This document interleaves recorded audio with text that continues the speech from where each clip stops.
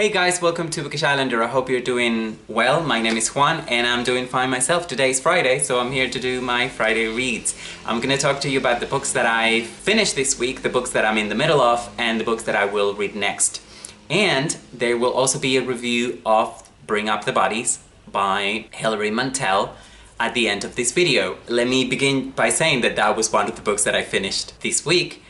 As you know, Bring Up the Bodies by Hilary Mantel is the second in her Thomas Cromwell trilogy. The third book will come out in March 2010. The first book was Wolf Hall.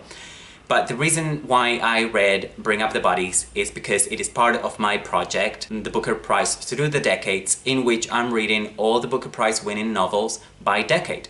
And I decided to start by the 2010s. So, because Bring Up the Bodies won in 2013, that means that I've already read the winner of 2010, 2011, and 2012. And I've made reviews of all those three books. They're available out there, so go check them out. If you want to know more about the project, go back a couple of weeks and find my first ever Friday reads in which I lay out my project and explain it. But anyway, the next book is The Luminaries by Eleanor Cotton. But if you want to hear more about my thoughts on Bring Up the Bodies, just stay tuned because I'll talk about it later toward the end of the video. The other book that I finished this week is The Testaments by Margaret Atwood, which is also a sequel, is the unexpected sequel to The Handmaid's Tale, which is a book that came out in 1985 or 86.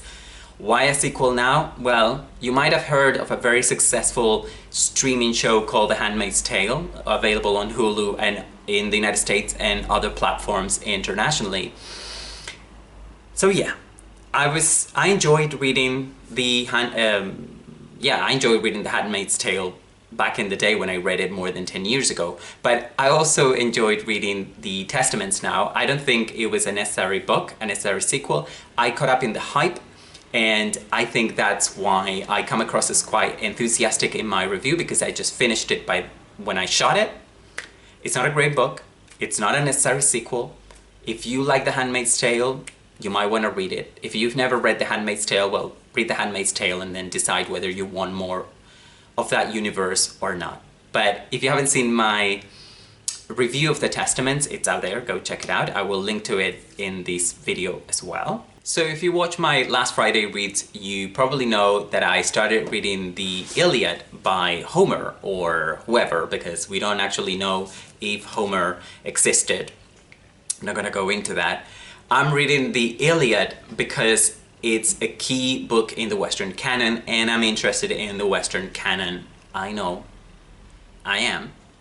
Leave me alone, don't at me. But even if you're not interested in the Western canon, and I don't know why I assume that so many people are not interested in the Western canon anyway, but even if you're not, you should read this book, because if you love reading, this book is referenced so much, but so much in literature has been ever since, that, you know, I don't know about you, but I felt incredibly ignorant not having read it. You know, not only getting 30% of those references, or getting all the references but only getting 30% about them, if you see what I mean.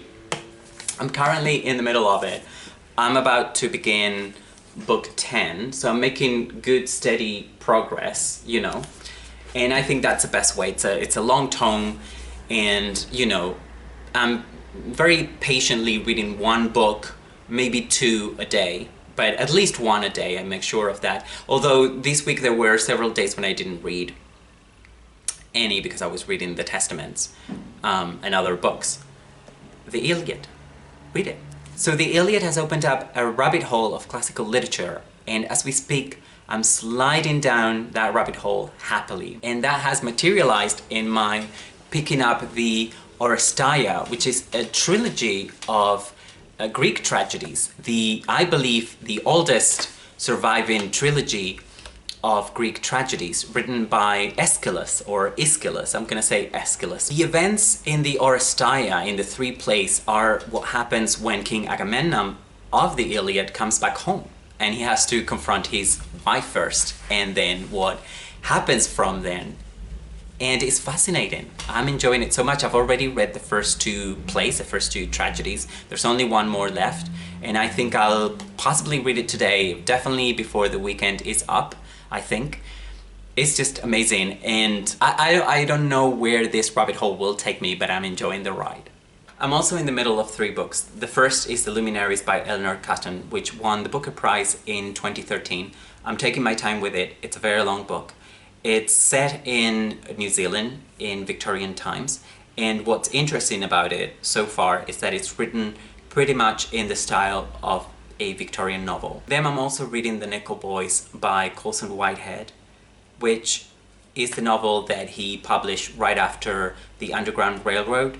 I couldn't quite connect with The Underground Railroad, even though, you know, a lot of people seem to, and I think it was a very good book, but I just couldn't connect to it personally for some reason, and I wish I remembered why. But I read the book back in 2017, so that's 2 years ago, and it was long before I started my booktube channel, so unfortunately I can't link to my review or anything like that. What I can say right now is that I'm enjoying The Nickel Boys a lot more, and I'm about halfway through it, and I already would recommend it. I will talk more about it. I might make a separate review when I finish it, or I might just talk to you about it in the next Friday reads, I don't know. But yeah, so far I think it's a great book. And the third, more contemporary book that I'm reading is actually non-fiction, which is rare for me. I'm reading Susan Sontag's Regarding the Pain of Others.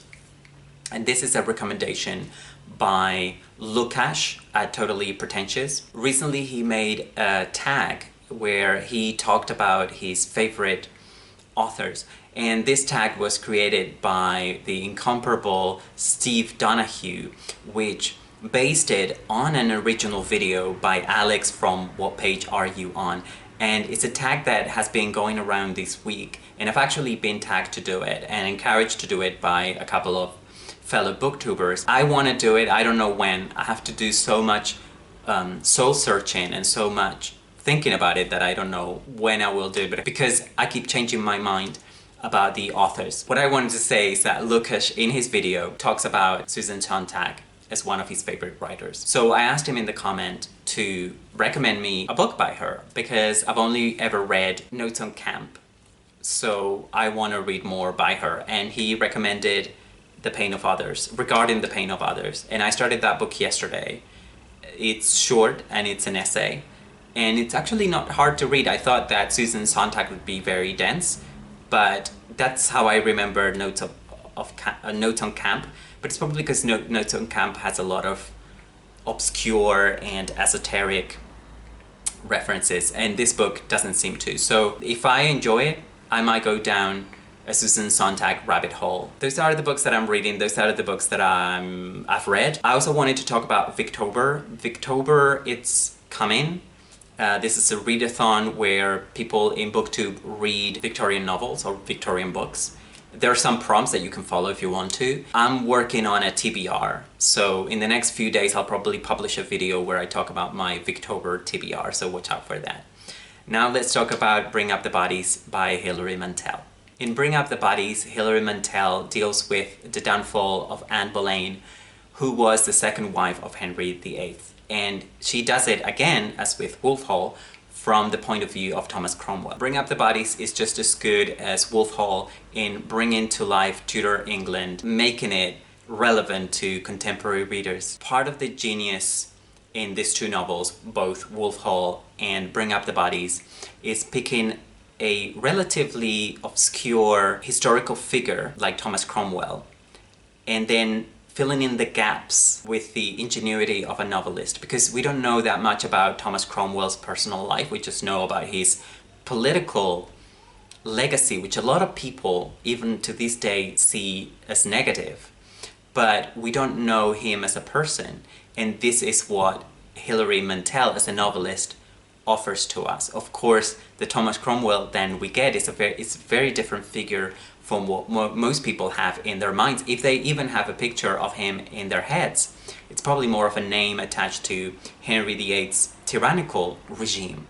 But Hilary Mantel brings him to life here. So in the second book of the series, in Bring Up the Bodies, Henry VIII set his sights on Jane Seymour, who, as we know from history, will become his third wife. And he does that as he loses interest in his, at that point, current wife, Anne Boleyn. So in Bring Up the Bodies, we see how all the events leading to Anne's accusation for treason and her eventual beheading unfold. And crucially, we see Thomas Cromwell's role in all of this. In this book, Anne Boleyn becomes the main opponent to Thomas Cromwell, and their rivalry is what makes this novel so juicy. You know, I'm not a history buff, and I'm not really that interested in Tudor England myself. I know a lot of people are. You just have to look at all the TV series and movies that are made set in, you know, during that period.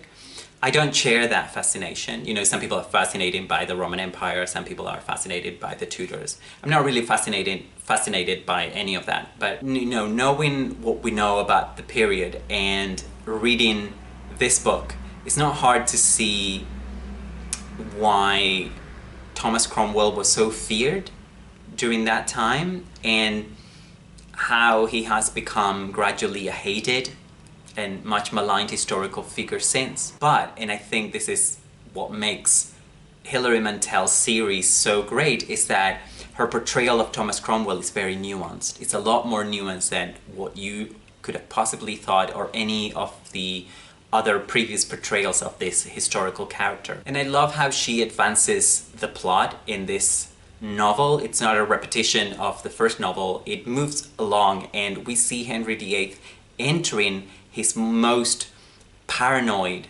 period, and he also becomes, or it's beginning to become, this overweight, hideous, physically repulsive king that a lot of people think of when they think of Henry VIII. So despite the fact that I'm not into Tudor England, I found this book and Wolf Hall hard to put down, which I think is a testament of how good a writer Hilary Mantel is, so I would really recommend it.